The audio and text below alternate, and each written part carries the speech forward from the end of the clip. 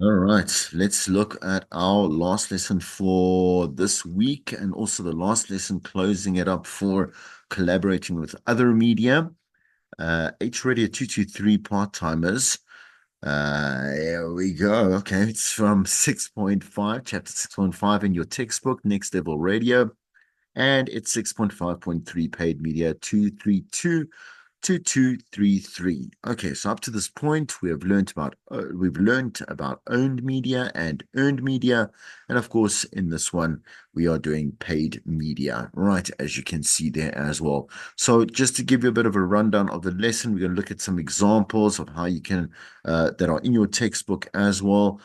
We will be looking at three videos in this particular lesson that will walk you straight through the different aspects of paid media as well.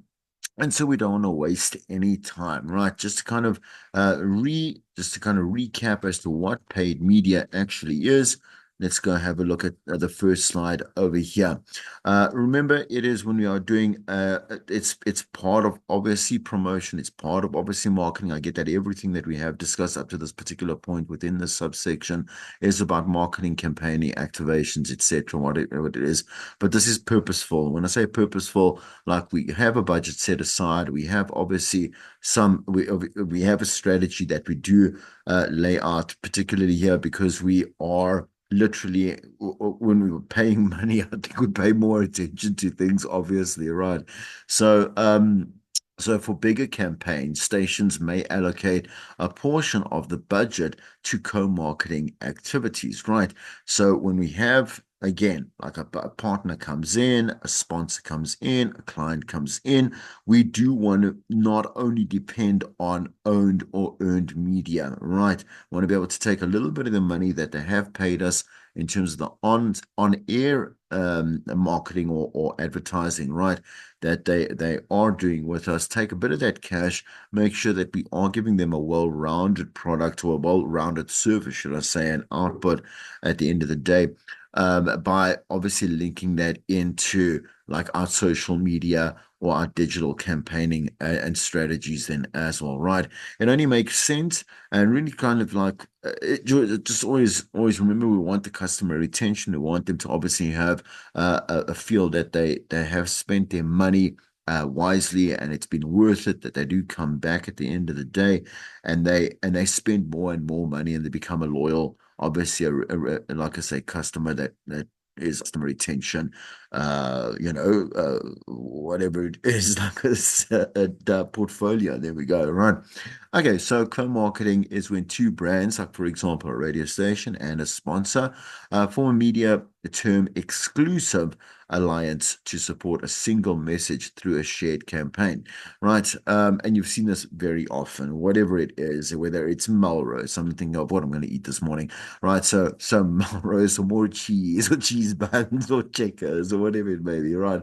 They'll be doing some kind of promote. It only makes sense to for a brand to be able to extend furthermore and depend on a cooperative, like say a cooperative strategy when they feel like they need a little bit more of like a reach with like I say, a new product, a new service. They're relaunching maybe a brick and mortar, or they're relaunching an online site.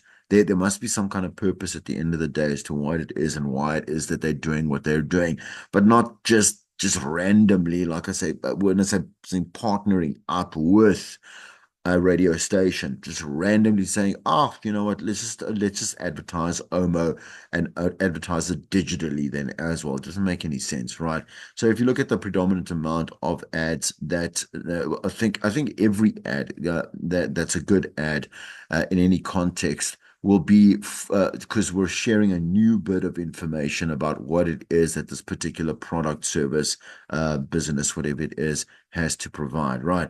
So the intention is to pool marketing resources and for the station to take a portion of that value of the sales in order to execute the integrated campaign and implement paid digital media strategies and then obviously rollouts, right? So the station can utilize the budget to purchase pay per click. So we said the PPCs campaigns. And there was also again just a different I think just a different term for it, which is cost per click, right? And it again, we discussed that before a little bit in terms of the outcome of what it is that they actually want. Drive more customers to their site, drive more customers to their stores.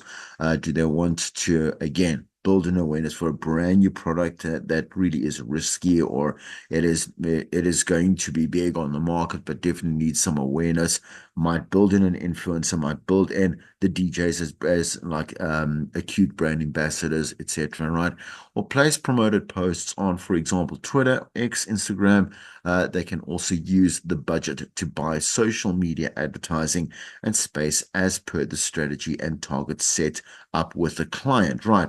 So as you would know that we would package this, I predominantly it'll be packaged with something that does go out on air, so that there's that holistic, obviously, presence for the brand as well, not just a digital campaign that does go out on our socials slash our website, etc., mobile apps, as we discuss different ways that we can exert our digital space, right, and our digital footprint.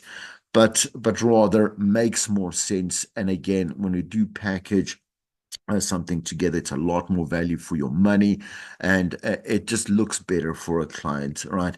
Okay, paid digital media. The images on the next page will offer the idea of the number of different types of digital media options a client can buy. And for a radio station to sell exposure on their own digital platforms, well, they can draw up a social media content plan that they can give to us and say, listen, sorry, man, I'm saying it from the client side as well. The client will have a lot, if not an all perceived input or control on what is going out there. So when I say if not all, that's when we make sure that the client feels and thinks like they're in full control of the idea. And why I say that is just like anything that goes out on air, when we are looking at promotion, sponsors, etc., and activations on air, if we don't have some kind of creative control, because we are the professionals in this particular space, right?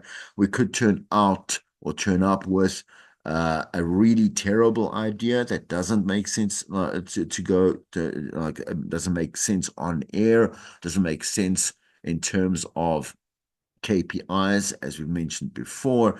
And again, we know we can predict, because we know this space so well, that it's going to be ineffective and we're going to have a very unhappy client at the end of the day. So what we do is we coercively guide and we give some input, but make sure that the client always feels that they are in control. So that also, in terms of accountability, not to mitigate completely that accountability at the end of the day for maybe a promotion that didn't go so well or whatever it may be to the client, but the client does have to take some kind of responsibility at the end of the day, right? And they say, okay, well, no, look what you've done to me. No, you were part of this entire process as well. Okay. Once this is approved by the client, okay, it can be executed as per the timing plan by the social media community manager or the digital marketing representative with that station. Okay, right. So before we go into these particular little snapshots from the textbook, and again, you can follow on 375 and 358. I want to go and let's go interim to a little bit of a video. Three here that I picked out. This first one here. So let me go here. Just excuse the slow PC. It's doing a lot at the moment. All right. And it looks like a little bit of an advert. It looked like well, I mean, we can be fooled, right? It does not look like a brand activator. Okay, just give it a little bit of time. In the meantime, to pretend I'm going to full. Come on, man. Just give me a second, yeah. I'm gonna actually pause the recording till this comes. An ad that's talking about, hey, buy my widget. Nope. Just hold on a second. We're ready. Paid media explained in plain English. Oh, come on now.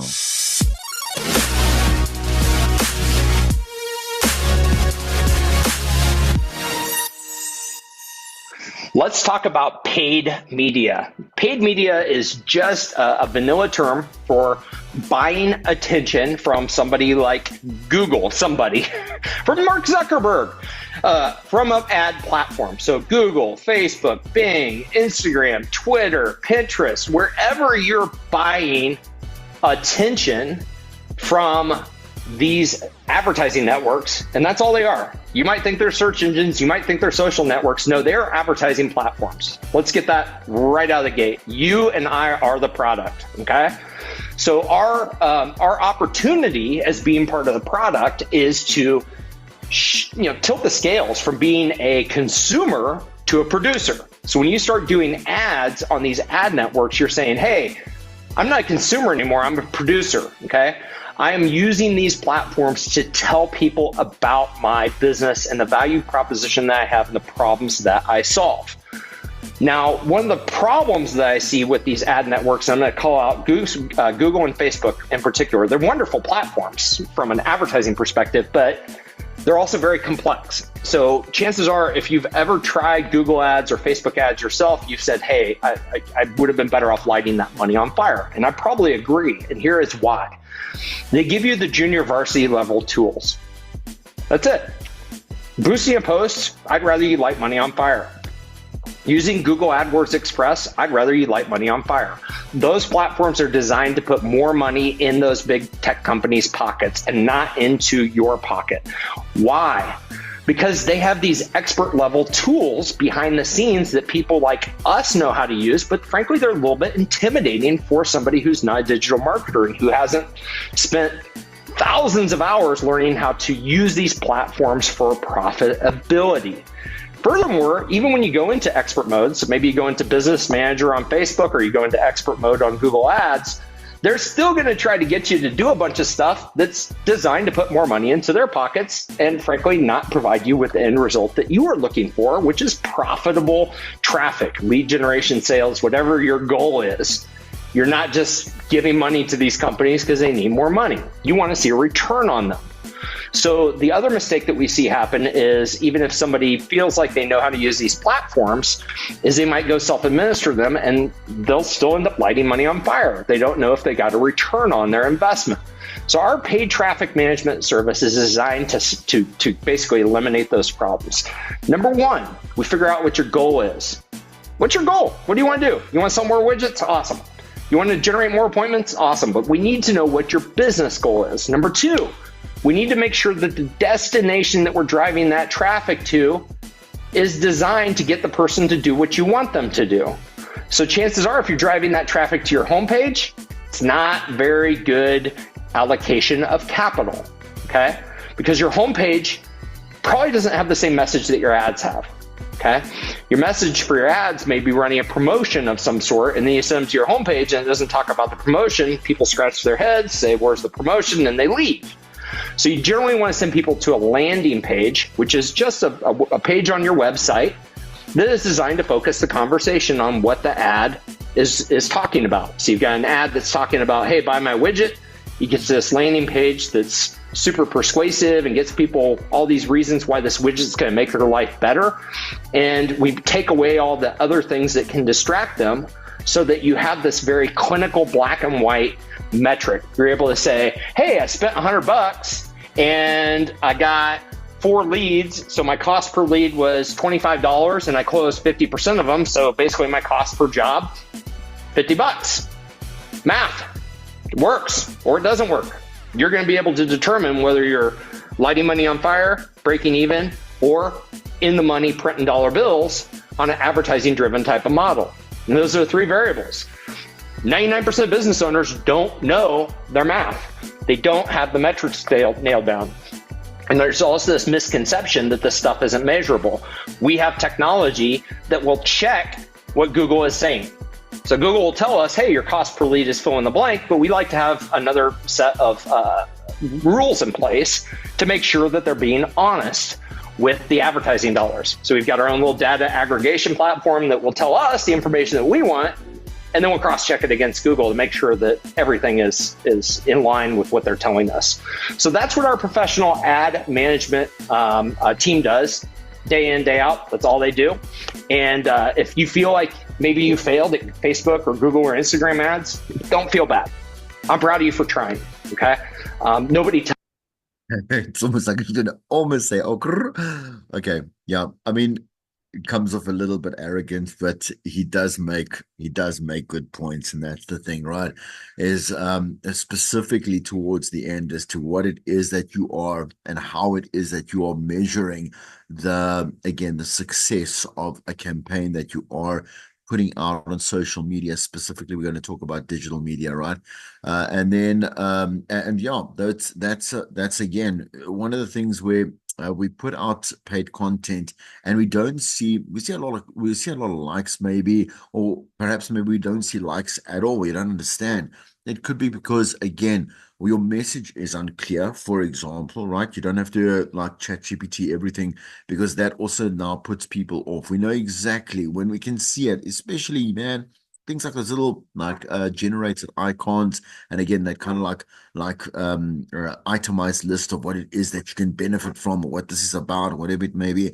And it's a very like overly dramatic that overly dramatic constructed message that makes it fake, so immediately loses our attention. I'm not saying ChatGPT is great. I mean, like, I love ChatGPT, but it needs to be contextualized into like recontextualized, restructured, whatever it may be, within, let's say, for example, in this situation, this context, a paid media ad from your perspective as a professional that understands how to speak to people, right? And how to like convey a very simple message, right? Things that when we see ads that have a long, like just a long description, and even more would like you to go and do something. So share, or not share, like again, click to find out more. Also is very, it puts people off, because that learn more doesn't say learn more about your studies, learn more about how you can, lose weight, whatever. That's also very off-putting. So that is all auto-generated stuff, and there's also no investment in that as well. And again, so regardless of how interested you are, unless you're desperate for that particular service, product, or business model, whatever, you're not going to click on that as well. So the dude makes some very cool, useful points there. There were three videos. I want to just hear this one here. I like this, how to master. And then this, like, what does a media buyer do, which we'll do at the end. So I find this one quite cool. We'll watch this. We'll do the class and we'll come back.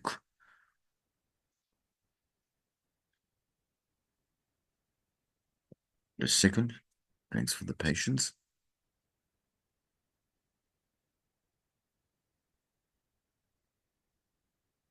Yeah, YouTube. Man. But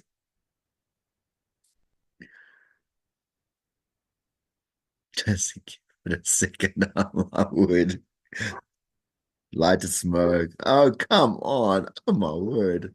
Good God. Okay. All right. You know, Couch, I love you, but what have you done for me lately? You know what I'm saying? Why don't we switch it up a bit? Nice. Advertising on social media is one of the easiest ways to supercharge sales for any business and boost the reputation of any brand. If you're not running ads on social media, odds are that your competition is. What's up? It's Jamal from HubSpot. To help you stay competitive, this video is going to teach you some of the best practices for succeeding in social media advertising, so that every dollar you spend comes back in the form of bigger business and better profits. To help make the most of this advice, you're going to want to download our free advertising planning kit. You can find the link in the description below. And while you're down there, just a suggestion, be sure to click the subscribe button and select the notification bell so that you never miss a chance to learn more about digital marketing. Let's get it. Before you can start advertising on social media, all right, you need to decide which platform you should be advertising on.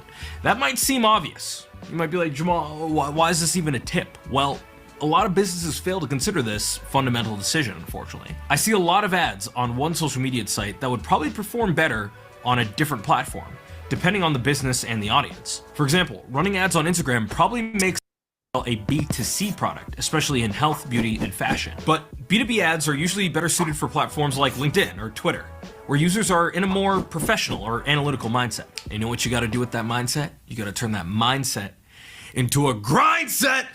At the same time, don't let bias affect your decision. Most people think of TikTok as a platform for just the young people, like me. And that was true in 2018. But the most recent numbers show TikTok users aged 10 all the way up to 50 in almost even numbers. And you can target users by age. So if your demographic is, say, 30 and older, you can prevent users under 30 from seeing your ad. At the same time, TikTok is a fun and lighthearted platform. So whatever you're selling, the tone of the ad should match the feeling of the app. Most social media users spend time on multiple apps each day. They can start the day off by checking Twitter for news, pop into LinkedIn during the workday, then relax with some Instagram eye candy before bed. So before you begin advertising, you want to figure out where your message will be the best received. HubSpot has a whole article breaking down which social media networks you should advertise on in 2021. You definitely want to click the link, but not until after I reveal a few more essential best practices. You know, there's some eager beavers right now being like, I gotta get out of here. I gotta go. Calm down, all right? There's more video, more learning. Come with me. The next one is to define your business goals.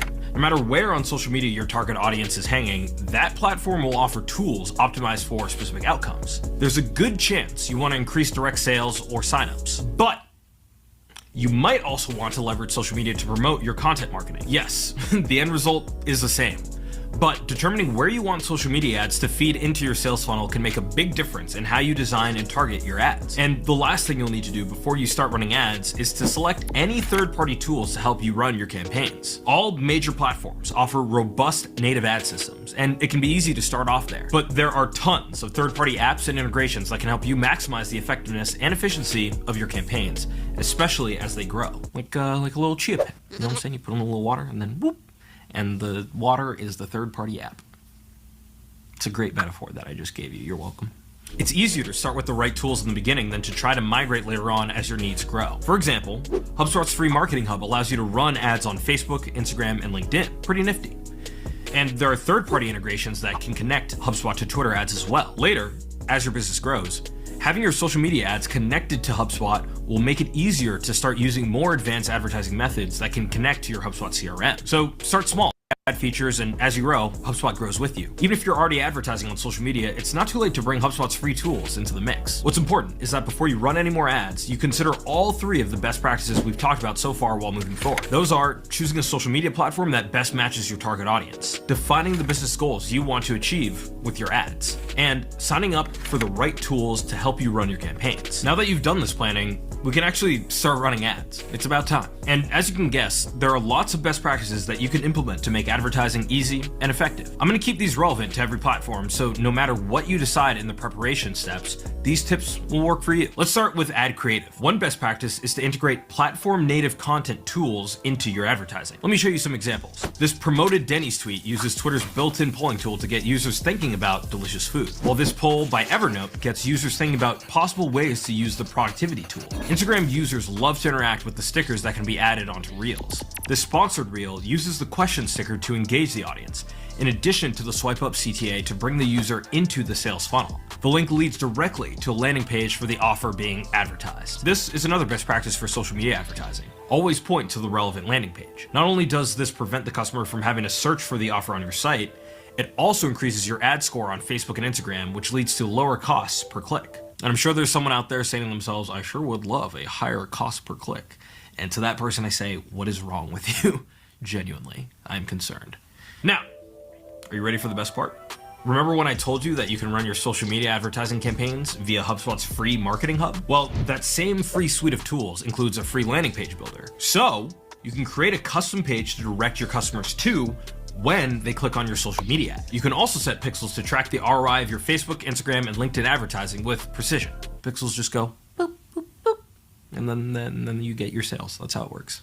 And since we're now talking about return on investment, here's another social media advertising best practice. When it comes to promoting your social media content, not all of it is created equal. In fact, it's been shown that the top 1 to 3% of content delivers more than 70% of your total content value. Marketers are constantly creating content to be shared on social media, and in doing so, it quickly becomes a test ground to discover which pieces of content are resonating with your audience. So when you find content that works, go ahead and double down, triple down, heck, and not to be crazy here, quadruple down, all right, by putting advertising dollars behind it to boost the signal and promote the post. You'll know when it's time to move on, when the ROI starts to diminish. But until then, spend, and when you spend some more, you know what I'm saying? And even when the numbers dip, try reformatting the same content and spend some more. But when it comes to effective advertising on social media, you have to balance your creative instincts with what works. Yeah. And boosting of the best content works. You have to test your ads to make sure you're getting the best possible performance from a campaign. Fortunately, social media ad tools make this easy by letting you run multiple versions of an ad in a single campaign. You can test different ad copy, visual elements, and CTA all in a single campaign. Just be sure not to run too many variations, otherwise you won't know which parts positively affect your ad. So to review your social media best practices, start with pre-ad decisions, choosing the best social media platform for your audience. Find your business goals and select the best ad management tools. Next, you want to use paid social media to promote your unicorn content. And use content features native to the platform to boost engagement for your ads. And finally, create custom landing pages for your social media ads. And test variations of those ads to find the formula for success. If you're ready to learn more about social media advertising, you can sign up below for our free. Yeah. I mean, I'm going to actually subscribe to HubSpot. Why not? Okay. Yeah, but I know. I get it. He was very corny, but he was cool. Again, always learning some cool, nice things as we watch more and more and more of these endless black. Love the black hole that it is. Okay, this is going to be the last one that we're going to watch in just a moment. I just want to finish the lesson there. So let's quickly just go back to the lesson here, and you can, in the meantime, so you can see this a little bit better. You can also just hop on over to page 357 and 358, right? So in terms of, so I'm just going to zoom in for the sake of it. I don't know, you know me, I just don't like to actually run the slideshow rather so that I can pinpoint whatever it is that I want to here, like shibber shake here. All right, yeah. Anyway, okay. So integrated campaigns. Let's go have a look there. Facebook post is, let's say, as an example, there might be a community of 330,000 followers over there. What you will pay is 5,000 Rand per post. Again, we're looking at a commercial level. This would only make sense, right? Stations will use paid digital media to boost posts for optimal performance. If we look at a Twitter post, 7,000 Rand a post, 980, so nearly a million followers over there. Again, just for that optimal post. An Instagram post, 68,000, so 4,000 Rand per post. Instagram story, 68, once again, 3,000 for 3 by 15-second segments, right? So just in terms of the notes there, graphics are it's obviously it's a visual, I mean, it's a visual platform. So I mean, whatever we're sharing to the story needs to really look good. And once again, because it is at I mean, it's a company, it's a corporate, whatever it is. So you've got to, not this kind of makeshift like us. We're just users that are busy playing around and busy posting as it is, using a couple of stickers, etc., and emojis. Think very carefully of what it is that the graphic is going to look like. It's provided by the client. You've got to incorporate that with your own branding as well. And should a presenter DJ be used, posts must be related to the show that the campaign is running on. So that's quite straightforward. No personal endorsements by the presenter or DJ unless they are paid to be a brand ambassador. Okay, so YouTube posts, okay, the community size, say 4,500 subscribers over there, 3,000 and 3,500 Rand per post. So we're going to use paid digital media to boost posts for optimal performance once again there. So now head on over to the top of this one over here. Okay, and very small there, so we can just see as a, if we want to go and create something for YouTube or create something for TikTok, create something for Instagram, the video production is 25 grand. Again, just this is hypothetical, and it is on an average, whatever it may be, 25K per cost.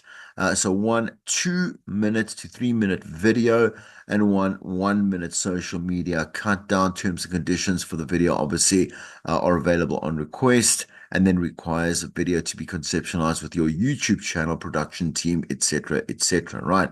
So if we look at the general terms and conditions, posts can be used for pre, during, and post campaign awareness.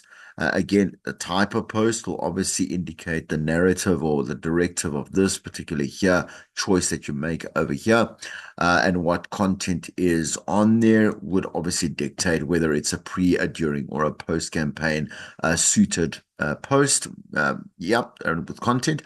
So the post can be purchased once or four in bundles, ideally over bundles, will be what a client will agree with at the discretion of the client brand agency based on the needs of the campaign, right? So content schedules must be discussed. Please, that digital calendar is really important to say, listen, yeah, in agreement with that we will post between 1 and 2 p.m., let's say on Facebook or the different times that again we keep discussing about.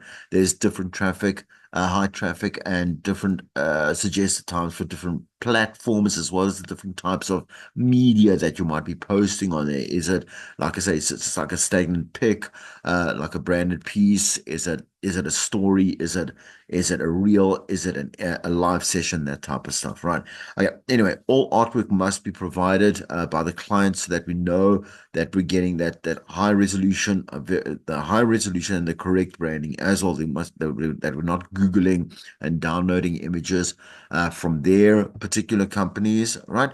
Um, or from the Google search about of their companies, right? And that all copywriting must be signed off by both social media community manager. So within the station, again, if you are outsourcing that to a different company, then obviously they'll take care of it. But you're not going to have no site or no connection or no involvement in the process as a station. You will in some other way or in full capacity, right? With that, and obviously again the client, etc., etc. Right. So replies, mentions, queries, and comments related to the campaign will be dealt with by the social media community manager for as long as the campaign is on air. And once the campaign is off air, responsibility will lie with the client brand or agency, right? Where applicable, as outlined earlier, media will be purchased to boost posts, and the target audience will be discussed and agreed upon with that agency so that there is an agreement, a sign off, and obviously like a deliverable in terms of that needs to be reached, right? Or is expected to be reached. Power spot. Digital boosts are available upon request. So the power spot is that short little spot that we go in and we do the bit of um, like it's a very short term boost, right? And it will be discussed also a little bit more as far as I can remember coming soon.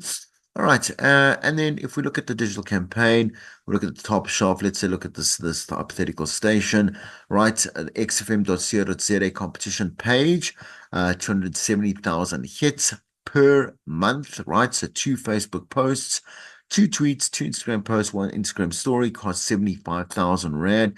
And the station uses paid media, right, to boost posts for optimal performance, right? Okay, I'm using my diction over here. I'm just gonna do this so you just get out of the way. All right. The middle shelf. So again, that's a very premium package that you're looking at over there, with the middle shelf. And as you can see, there's just a bit of a continuation just on the next slide there as well. 3 posts on Facebook, 3 tweets or X's as we'll call them now, 3 Instagram posts, Instagram stories, right? Is for 51,000 bucks. Station users again that paid concept or approach to do the obviously to roll out for the campaign itself, right? Okay, and there's Rack City, so lower costs, okay, 19,000 bucks, with one per platform or these particular chosen platforms. And then we have a party pack here. So event-based package only that will sorry, just being distracted by my phone. It's ringing, okay. Switched it off, 38,000 bucks here. Let's just see what context first before we actually look at the breakdown here. So all artwork and coverage for the night of an event to be supplied by the client. Should the client require assistance, a quote can be sent for social media management and photography. So like on the night, you can send your particular like in-house allocated or delegated person that is responsible for this to go and do this and cover that for them. If they do feel a little bit uncomfortable or underskilled. Okay. Additional live streaming, always a great thing. Purchase for the event coverage. Additional video production can be purchased for post awareness coverage. And again, additional event on air promotion can be purchased for, let's say, another extra 20K. So if the presenter, DJs are booked to play or MC at the event. So now this will make a little bit more sense. So some kind of pre-awareness to tell us when the event is going to happen. We can obviously have an album that covers the event, 3 tweets, an Instagram post, pre-awareness, and an Instagram story during an event, up to about 6 images there. A bespoke campaign, something that's tailor-made, very customized according to it. So it's not, let's say a client doesn't want any one of these packages. Yeah, we go and then we'll go and say, what do you want? Like, how many of this do you want? What do you feel is you're more comfortable with? Maybe you only want Instagram, maybe you only want TikTok, whatever it may be. And then we'll go and then devise, let's say, something, a quote, and then obviously an execution, a rollout, right, for that particular client, right. Let me just go blow my nose. I'm just gonna pause. Just give me a second, right? Apologies for that. Right. Okay. General terms and conditions around these particular packages that we have actually seen. No single posts can be purchased. It must come within, obviously, like some kind of bundle.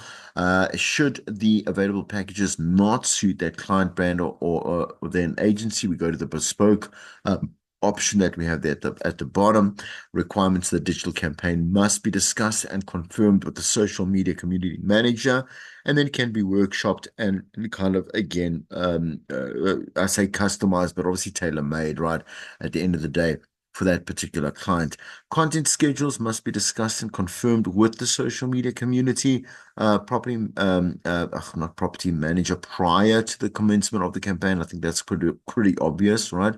All artwork must be delivered. It must be approved. It must be professional. I'm not going to read all of these because they're quite straightforward.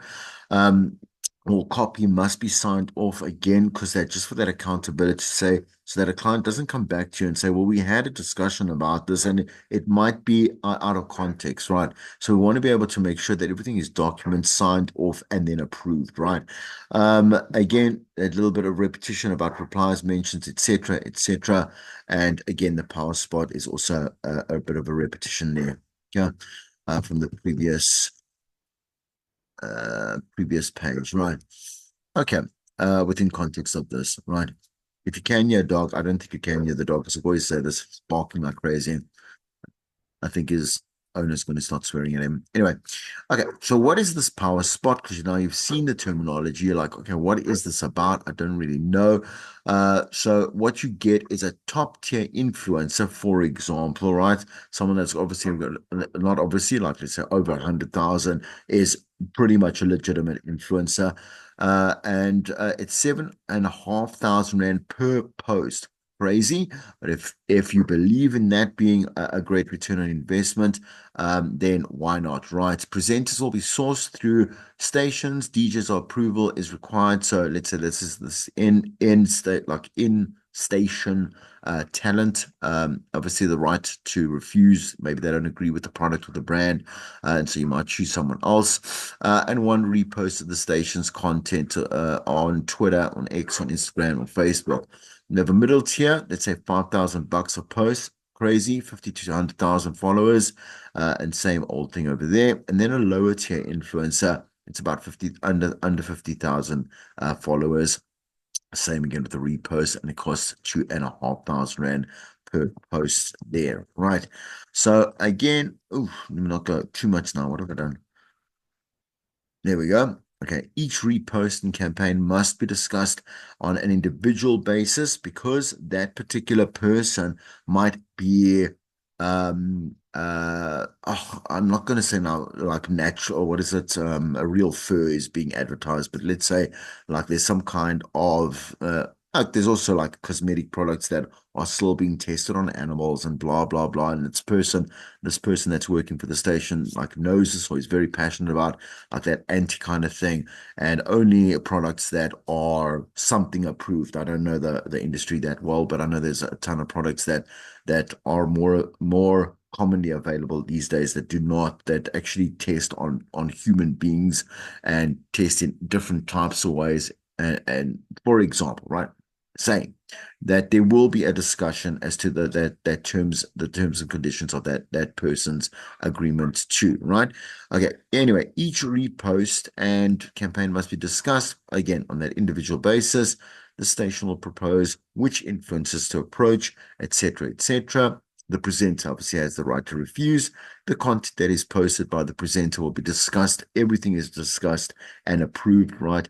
The station cannot be held liable for the performance of the posts on the influencer accounts, and that's fair, right? Because we don't know what people are going to say, and we're not going to go and insult them, etc., etc. I'm saying as talent, we're not going to say something out of turn because everything is done in accordance to agreement, and there's a standard over here, and there's a process with policies and so on, right?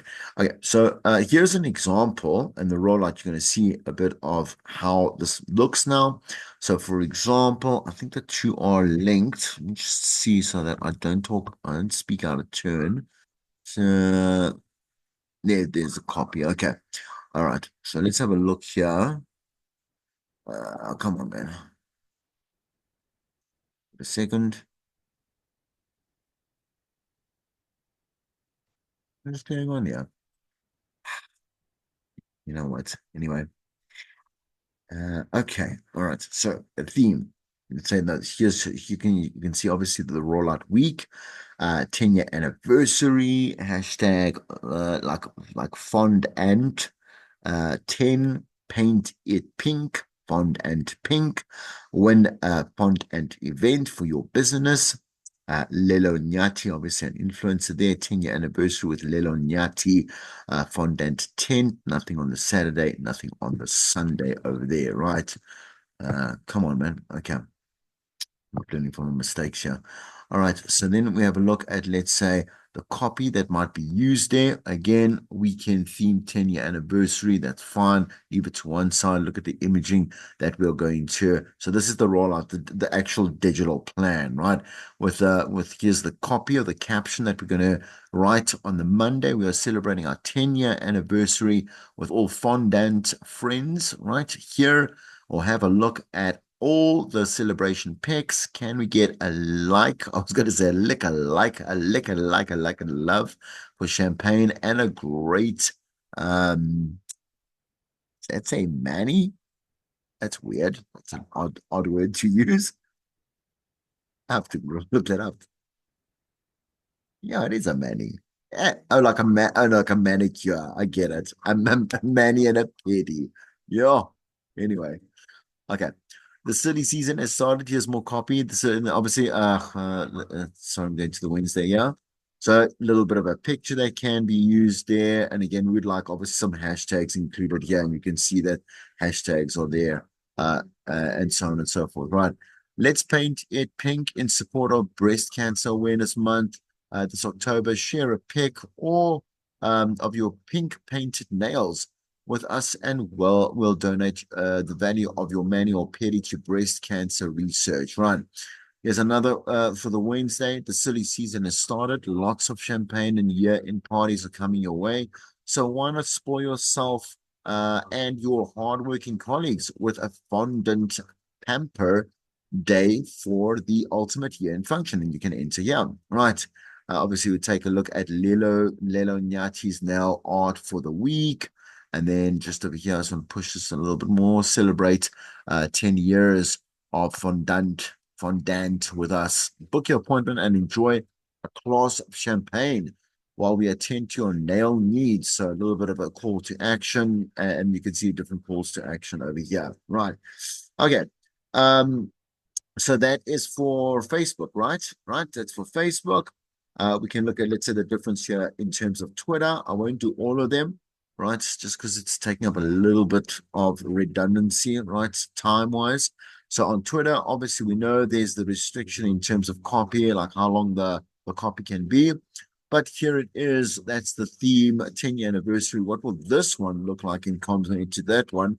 Win a free power Manny this October with fondant, little hashtag, and a picture over there. Right. There's a product push, which is a nice variant of that. Shine, baby, shine. We've got new nail products in store. And take a look online. Here's a short web link, and that's what's cool about Instagram. We can still do those embedded links like on Facebook, right? As opposed to Instagram and TikTok, right? Okay, what does Instagram look like? Let's look at one of the variants over here. Now, can you say 10th birthday?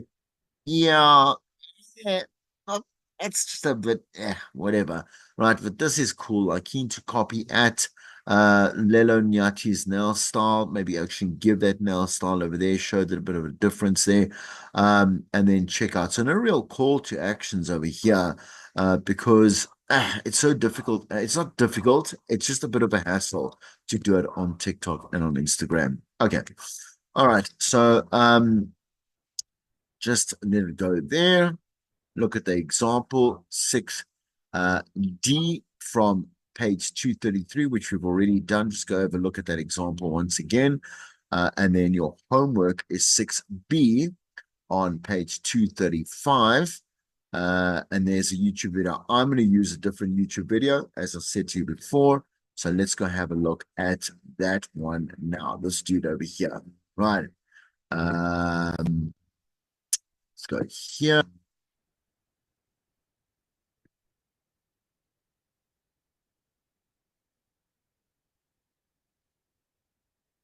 Okay.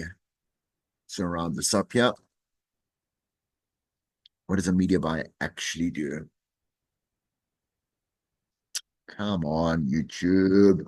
All right, guys, we're going to start with the fundamentals because people are lost and nobody actually knows what a media buyer is. So hopefully this video clarifies a couple things. And media buying is not the same thing that it used to be.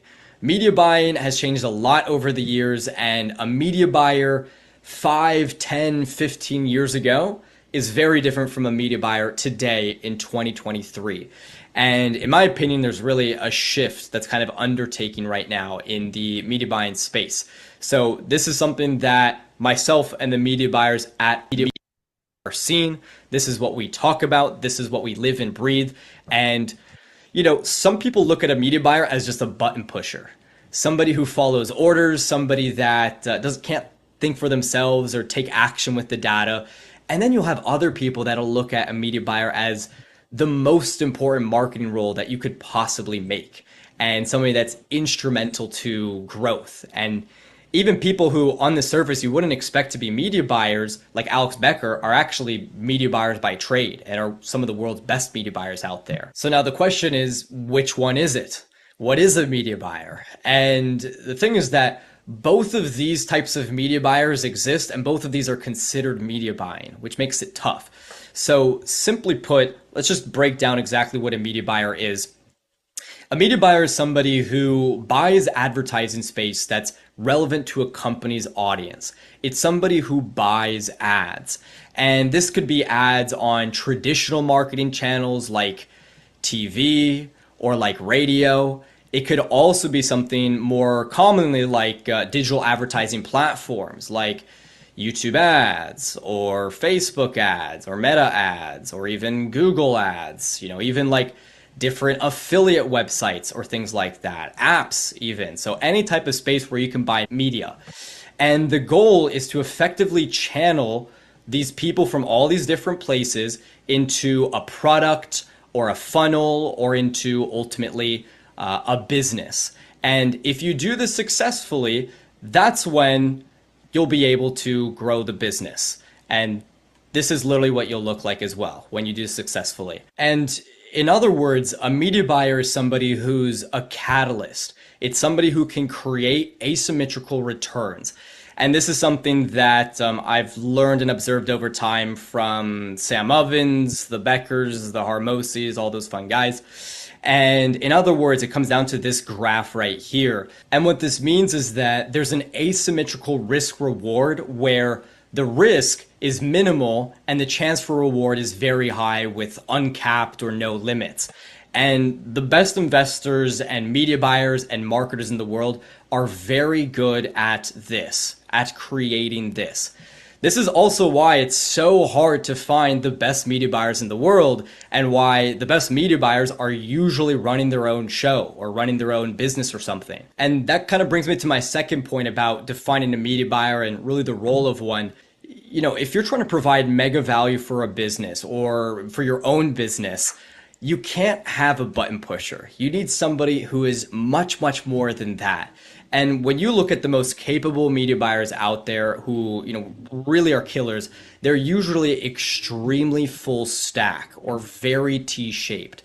So they're not only going to be killers and savages inside of the ad manager, whether it's Facebook ads or Google ads, YouTube, so on, but they're usually also going to be able to see all of those other interconnected constituent parts that still relate to advertising, whether it's email marketing or funnel building, conversion rate optimization, psychology, copywriting, but then even things like finance, things that maybe on first glance you might not really think that they go hand in hand together, but they do. And a really good example of this, I've been working with Alex Becker at Hyros for years, and one of his webinar funnels, again, way back in the Dizzy, okay? Long time ago. This was for HCOM, and something that nearly tripled the ROI of the ads overnight was not by coming up with some crazy new ad creative or some untapped targeting opportunity or something or loophole. No, it was simply by increasing the deliverability rate so that more people would open the email and actually attend the damn webinar. That's a perfect example of you could be fighting uphill day and night to try to increase your ad ROI, yet something that, has nothing to do with ads, but also has everything to do with ads, is something that can increase the ad ROI by 3 times. A button pusher media buyer is not going to see that. They're not going to understand that. And this is really what, in my eyes, what a media buyer is and what it does.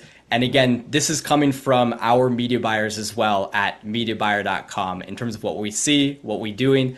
And this is, in other words, kind of the shift that we're seeing in the market as well. So this is how we view our role and what we do.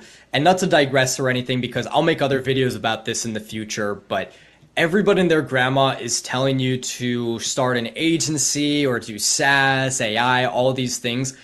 I think that the biggest untapped skill and opportunity is becoming a phenomenal media buyer. They are so rare out there and they are in such high demand, and I'll just leave it at that. So that's pretty much it for today, everybody. I hope you enjoyed this. In subsequent videos, I'm going to be talking about the characteristics of a one media buyers, or just scale your own ads, anything in that realm. So give a subscribe to the channel. Interesting, different take on not just saying the same thing about paid media. And so very cool and informative way to close up for today and this week. Okay, please just always know that you can contact me directly. Let me know of what is happening, and I will see you then next week, or the week, like I say, the weekend of if it's Tuesday, the weekend of the 12th, I'll see you in class. Right, cheers.